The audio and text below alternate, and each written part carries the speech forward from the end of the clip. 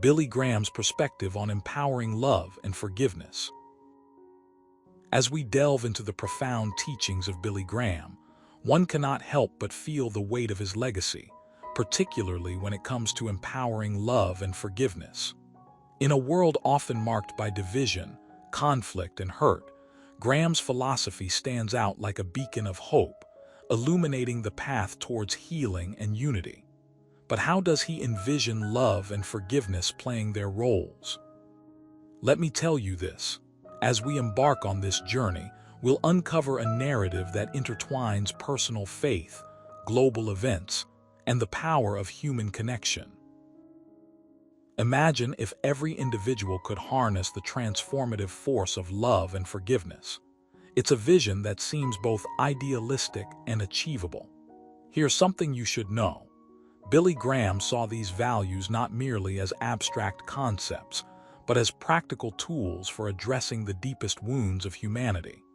He believed that love and forgiveness were essential ingredients in the recipe for reconciliation, both within families and across nations. You might be wondering, how can I possibly make sense of this? Well, let's dive into the heart of Billy Graham's perspective. His life was deeply influenced by his faith, which taught him the importance of empathy and compassion. Graham often quoted Jesus Christ saying, "By this all men will know that you are my disciples, if you have love for one another." This simple yet profound statement encapsulates the essence of his teachings. In the early days of his ministry, Graham faced challenges that tested his commitment to love and forgiveness. One of the most poignant stories involves his interactions with Jewish people during the tumultuous years leading up to the Six-Day War in 1967. As tensions escalated between Israel and surrounding Arab nations, Graham found himself at odds with many of his Jewish supporters. Yet, he remained steadfast in his belief that love and understanding were paramount. Here's something you should know. In a powerful speech given in Jerusalem, Graham spoke out against the violence and hatred that were tearing apart the fabric of society. He reminded the crowd that true strength came not from anger and revenge, but from love and peace. By embodying these principles, Graham was able to bridge gaps and foster unity where divisions had seemed insurmountable. But it wasn't just about preaching from the pulpit. Graham's approach to empowering love and forgiveness was deeply personal. He once shared a story about a time when he was invited to speak at a church in Los Angeles. While preparing for his sermon, he discovered that the pastor's daughter had been brutally raped and murdered. This shocking news hit him hard, and he felt compelled to use his platform to bring light to the issue of sexual violence and its devastating impact on victims and communities. Graham took the opportunity to address the congregation, speaking openly about the tragedy and emphasizing the need for compassion and support. His message resonated deeply, and he urged everyone present to stand in solidarity with survivors. By sharing his own vulnerability and connecting with the community through empathy, Graham showed that love and forgiveness could be catalysts for change. Now, let us explore how these principles extend beyond individual lives and touch the broader tapestry of human relationships. Consider the story of the civil rights movement in the United States. Martin Luther King Jr., a close friend and ally of Graham, used love and nonviolence to challenge systemic racism and injustice. King's speeches and actions were infused with the spirit of forgiveness, urging whites to see beyond racial divides and embrace mutual respect. In a powerful moment, King addressed the crowd during a march in Selma, Alabama, saying, "We must learn to live together as brothers or perish together as fools." This call for unity and understanding is a testament to the transformative power of love and forgiveness. Through his leadership and advocacy, King inspired countless individuals to stand against oppression and fight for equality. The impact of these principles extends far beyond the United States. Consider the example of Nelson Mandela, who spent decades in prison for his anti-apartheid activism.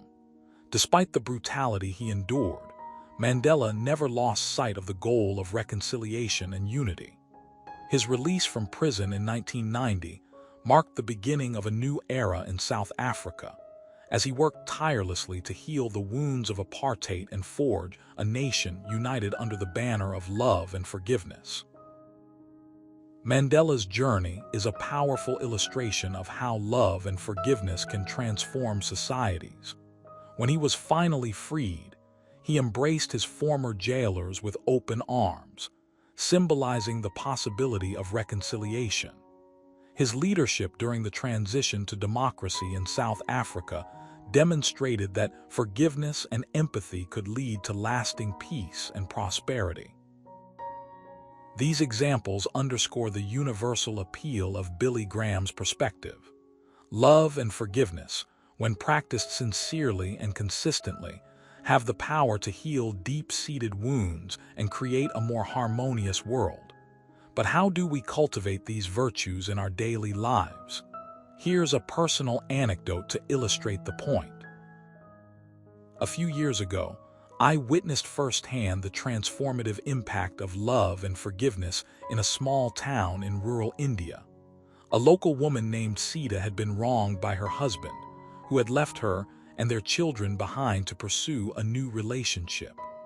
Desperate and alone, she struggled to find the strength to forgive. However, she decided to attend a workshop organized by a local NGO focused on promoting forgiveness and reconciliation. Through interactive sessions and heartfelt discussions, Sita began to understand that forgiveness was not about forgetting the pain, but about choosing to move forward with compassion.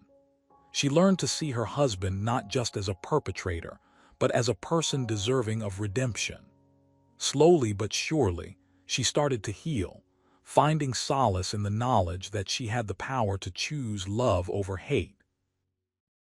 Sita's transformation serves as a powerful reminder that even in the darkest moments, there is always a glimmer of hope.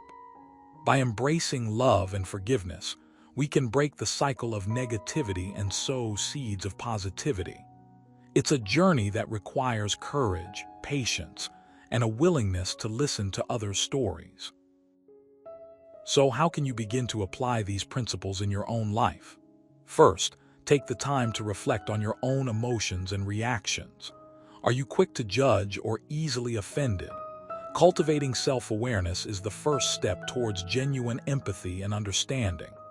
Next, seek opportunities to connect with others, whether through volunteering, attending community events, or simply spending time with friends and family. Engaging in meaningful conversations can deepen your connections and broaden your perspectives. Remember, love and forgiveness are not about erasing the past, but about creating a better future. They require effort, patience, and a willingness to let go of grudges. As you practice these virtues, you may find yourself inspired to advocate for them in your community and beyond. Your actions can ripple outward, touching the lives of those around you and contributing to a more loving and forgiving world. In conclusion, Billy Graham's perspective on empowering love and forgiveness offers a roadmap for navigating the complexities of human relationships.